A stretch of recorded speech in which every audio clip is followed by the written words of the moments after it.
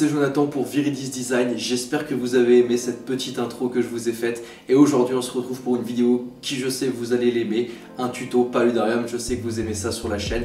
Mais il y a deux nouveautés. La première, c'est que cette vidéo est en partenariat. Alors je tenais à remercier particulièrement Karim et toute l'équipe de la ferme tropicale qui m'ont fourni ce magnifique couple de crabe vampire que vous avez vu dans la cinématique d'intro. Et la seconde, c'est qu'il y a un concours. Je vais vous faire gagner pas un mais deux spots LED pour vos terrariums végétalisés. Ça se passera sur mon Instagram juste ici, mais je vous explique tout ça en fin de vidéo. Si vous voulez voir deux types de partenariats pour des projets sur cette chaîne, et ben c'est le moment les gars. Likez, dites-moi ce que vous pensez de cette intro en commentaire et abonnez-vous, partagez la vidéo. Et c'est parti pour le tuto.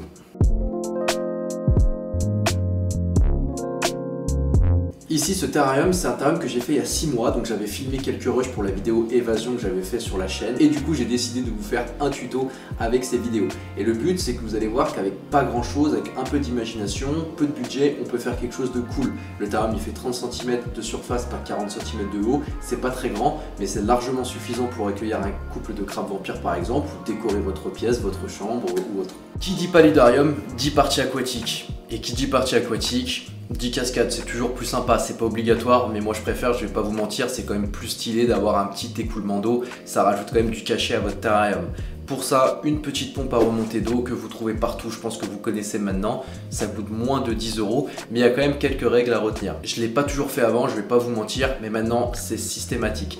Toujours avoir accès à la pompe parce que vous n'êtes pas à l'abri qu'elle se bouche. Elle a une durée de vie, la pompe, dans quelques années elle va claquer, mais voilà, s'il y a un peu de substrat qui se met dedans, vous aimez pouvoir y accéder. Donc c'est important de baser votre hardscape, votre décor en fonction de l'endroit où est la pompe. Vous la calez, moi je la cale généralement avec une petite boîte, avec des bouts de bois, etc. Et pour toujours pouvoir y avoir accès. Et la petite astuce, c'est que là où vous y avez accès, moi je l'ai de la ouate. Vous savez, la ouate c'est pour filtrer les aquariums, et ben c'est parfait parce qu'en même temps, ça va empêcher les saletés de passer, mais l'eau va pouvoir y aller. Et le jour où vous y avez accès, vous avez juste à enlever votre ouate et passer votre doigt dedans et vous pouvez la récupérer. Pour le hardscape, j'ai utilisé de la récup, de la roche volcanique, donc ça traînait dans un coin. C'était parfait avec un peu de racines de mangrove, mais encore une fois vous pouvez utiliser tout et n'importe quoi. Vous pouvez même aller ramasser des pierres dans un square, vous les lavez et ça fera très bien l'affaire. À vous de laisser parler votre imagination. Une fois que vous avez fait empiler vos pierres ou vos racines, etc., vous orientez le tuyau de la cascade dans la bonne direction et là on peut passer à la mousse polyuréthane, ce qui est très efficace pour faire des décors. Ok. Ah, je sais ce que vous dites, ouais. Ah, il a de la mousse noire. Ouais, c'est vrai, c'est vrai. Est-ce que je vous mets un lien en description pour cette mousse? Je sais pas si vous méritez. Bon, tabassez-moi les pouces bleus, on verra. Non, je vais vous mettre un lien si je retrouve ça. Mais en vrai, vous pouvez utiliser de la mousse blanche, c'est exactement la même chose. Le seul truc, c'est que moi, je suis feignant. Donc, le fait d'utiliser de la mousse noire, au moins, je la peins pas. Par contre, si vous utilisez de la blanche, peignez-la. On reçoit pas mal de photos de gens qui m'envoient leur terrarium en train d'être fait et je vois en fait que vous avez laissé la mousse blanche, du coup ça saute aux yeux quand il y a un petit trou là où c'est pas collé, où le substrat n'est pas fixé dessus, direct on voit un point blanc, ça saute aux yeux sur un décor tout brun, tout marron, tout noir. Donc peignez avec de la mousse marron, marron foncé, brun.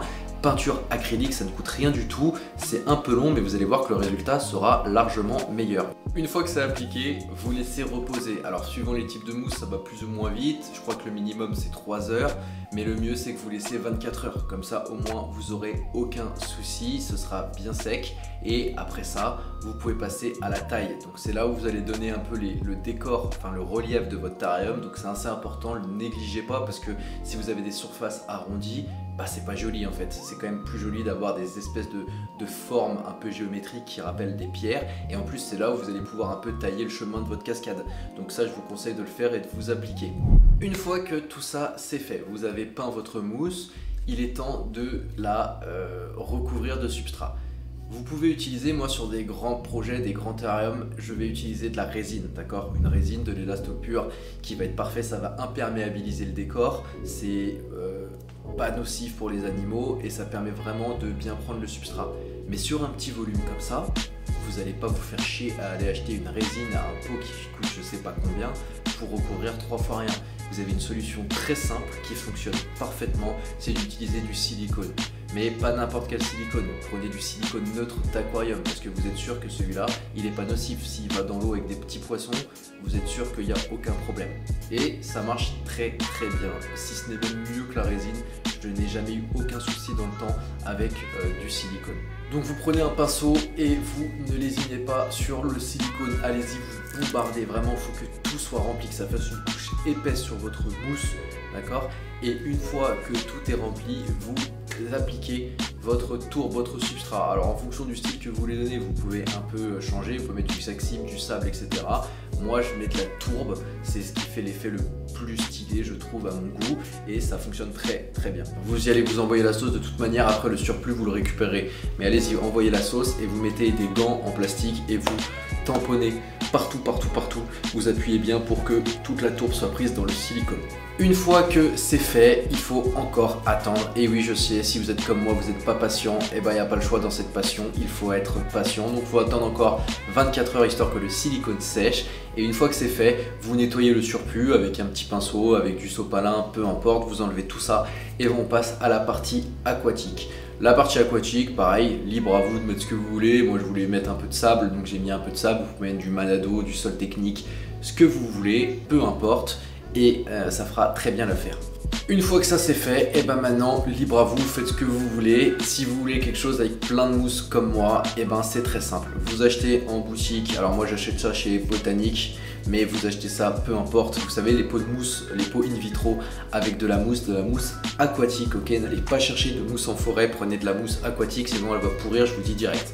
Vous prenez de la mousse aquatique, ça coûte pas très cher, je sais plus, je vous mettrai le prix juste ici de toute façon. Vous la coupez en morceaux, ok, avec un ciseau. Alors sauf si vous avez les moyens, vous prenez plusieurs pots, effectivement vous pouvez un peu moins la couper parce que vous pouvez en mettre un peu plus partout. Mais là on essaie de faire quelque chose un peu low budget, d'accord? Donc avec un seul pot, ça fera très bien l'affaire. Il faudra forcément être un peu plus patient, mais ça fonctionnera. Vous prenez un pot, vous la découpez en 1000 morceaux et vous la mettez, vous l'éparpillez un peu partout sur dans votre terrarium. Vous pouvez, il y a plusieurs solutions, ok? Vous pouvez faire ça avec un mélange avec du yaourt, ok? Ça va puer pendant un certain temps, mais après le yaourt va complètement se décomposer et la mousse sera prise et ça poussera parfaitement. Sinon moi ce que je fais c'est que sur mes décors je prends des petits trombones, ok, que je coupe en deux et hop je les enfonce, je pique ma mousse avec ça dedans et au bout de quelques temps, quelques mois, et ben les racines sont faites, j'enlève les trombones et puis c'est très bien, d'accord? Il faudra juste être un peu patient forcément. Je vous conseille d'utiliser une seule variété de mousse si vous voulez avoir quelque chose d'esthétique, surtout dans un petit volume qui va faire aller 30 cm, oui c'est ça, 30 par 40, c'est petit. Si vous commencez à mettre plusieurs types de mousse, ben ça va vite faire un peu fouillu, ce qui ne veut rien dire, c'est un mot qui ne veut rien dire. Ça va vite faire un peu foutoir et du coup ça va pas être terrible, donc je vous conseille de mettre une variété de mousse, surtout sur un petit terrarium, allez 2 maximum. Et après, libre à vous, si vous voulez rajouter des petites anubias dans la partie aquatique, encore une fois c'est en fonction de votre budget. Vous avez vu, il y a une fougère, il y a une belle fougère dans ce terrarium. C'est un truc qui était en train de pourrir, qui était laissé à l'abandon. Elle était pratiquement morte, je crois qu'il me restait une feuille, elle était dans un pot, elle était complètement sec. Et je me suis dit, vas-y, au lieu de la jeter, je vais la mettre dedans, je verrai bien. Et ben, regardez comment elle a poussé au bout de 6 mois. Donc vous pouvez mettre des petites plantes tropicales, voilà, du ficus, n'importe, etc. que vous trouvez en jardinerie, pareil, et puis ça fera très bien l'affaire. Mais encore une fois, attention, c'est un petit volume. Ne mettez pas de trop grosses plantes avec des grosses feuilles, sinon ça va minimaliser le décor et ça va pas être joli. Moi, ce que j'aime bien faire, je pense que vous avez remarqué, c'est toujours mettre des petites plantes, etc. dans les terrariums. Non, je me suis trompé de côté. Vous voyez là? Vous voyez ce terrarium là? Vous voyez, vous avez vu, il y a une partie aquatique. Maintenant, j'en ai fait un paludarium. Si vous me déchirez les pouces bleus, peut-être que je vous ferai une vidéo pour vous expliquer un peu comment il fonctionne celui-là maintenant. Hein. Parce qu'en fait, vous avez la partie du mur est tout irriguée. Et là, ça commence, les mousses commencent vraiment à pousser dessus sur la tourbe là. Ouais, il est pas mal. Ok, une fois que votre terrarium est fini, laissez-le reposer quelques temps avant d'y mettre des animaux. Moi, il est dans une pièce qui est chauffée, donc je sais que l'eau, elle est toujours bonne, elle est toujours à 23, 24. Pour la cascade, le fil, et oui, il fallait le faire passer, donc j'ai trouvé en haut la petite plaque métallique et j'ai coupé le fil de la cascade et puis après je l'ai remis avec un domino, tout simplement. Un spot de 10 watts, c'est parfait pour éclairer cette surface, ça fait amplement l'affaire. Et pour avoir une meilleure finition, vous l'avez vu dans l'intro, j'ai fait un couvercle en PVC, ça fait quand même mieux fini. Et si vous voulez l'exposer dans votre salon ou dans votre chambre, c'est quand même un peu plus stylé. Et vous obtenez un terrarium pour pas très cher avec de la récup, mais très stylé tout de même. J'espère que ce tuto vous a plu et comme je vous ai dit en début de vidéo, il y a un concours sur la chaîne qui arrive pour gagner 2 spots 50 watts pour éclairer vos terrariums les gars. Ok, c'est très simple, il faut que vous alliez sur mon Instagram, que vous soyez abonné et vous avez vu la cinématique d'intro, j'espère qu'elle vous a plu, elle est sur mon Instagram. C'est très simple pour ça, vous avez juste à commenter la vidéo en taguant 2 potes et pour avoir plus de chances de remporter le concours, vous partagez en plus en story. Je ferai un tirage au sort sûrement après les fêtes et je ferai sûrement ça en live et ça fait longtemps que j'ai pas fait de live, ça fait même je crois jamais, donc je pense que ça pourrait être très sympa et du coup il y aura un tirage au sort. Les gars, on n'est pas des milliers, on est 10 000, c'est pas mal quand même tu vois, mais on n'est pas des milliers, donc vous avez tous votre chance, donc n'hésitez pas à le faire. Voilà, en tout cas j'espère que cette vidéo vous a plu, je vous donne rendez-vous sur Instagram et je vous dis à la prochaine pour une autre vidéo. Ciao, bye bye.